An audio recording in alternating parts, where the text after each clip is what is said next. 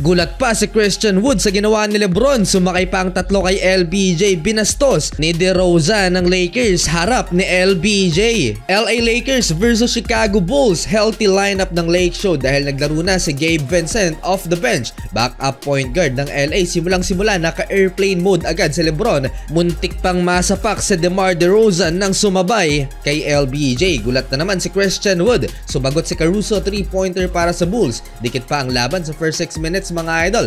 Anthony Davis butata si Patrick Williams. Total team effort naman ng Chicago sa last 3 minutes nagsimula na lumobo sa double digits ang lamang ng home team. Eto pa lang ang first field goal ni DeMar DeRozan pero 11 points na ang lamang ng Bulls, 33-22 end of first quarter. So second quarter, Jevon Carter back-to-back 3-pointers. Lobo palalo ang lamang ng Chicago Bulls, 18 points ang lamang ng home team sa LA.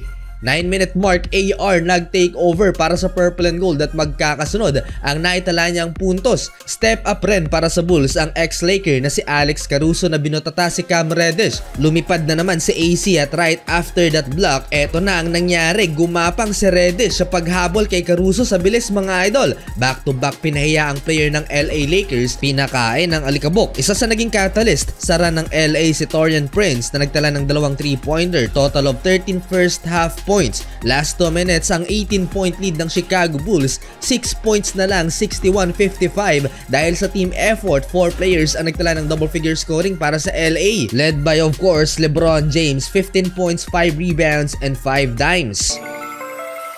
Third quarter, LeBron James attacking the paint. Binitin pa ng bola si LBJ pero pasok yan, may kasama pang foul. D'Angelo Russell driving layup, 9-minute mark. Dalawa na lang inahabol ng LA Lakers, 67-65. Under 6 minutes, DeMar DeRozan on the break, slam dunk. Unti-unti na namang kumawala ang home team sa Lakers, down 6. Nilabas sa last 4 minutes si LeBron at dito nag-run ng Bulls at natambakan ulit ang LA Lakers. Daming tres ang pinakawalan ng home team. Kobe White sa harap ng Lakers bench and DeMar DeRozan nag-stare down pa sa bench ng LA. Fast pace sa last 2 minutes, Drummond and DeRozan dunk. Tinapos naman ni Hachimura ang quarter sa isang buzzer beater 3-pointer sa corner, 90-78. Fourth quarter, DeMar DeRozan again, back-to-back mid-range jumper. Sumagot si LeBron, tatlong bantay. Sumakay pa si Jevon Carter kay LBJ. Pasok ang end one layup. Pinagpag lang ni LeBron ng tatlong yon. Still a double figure lead para sa Chicago Bulls. AD putback layup mga idol.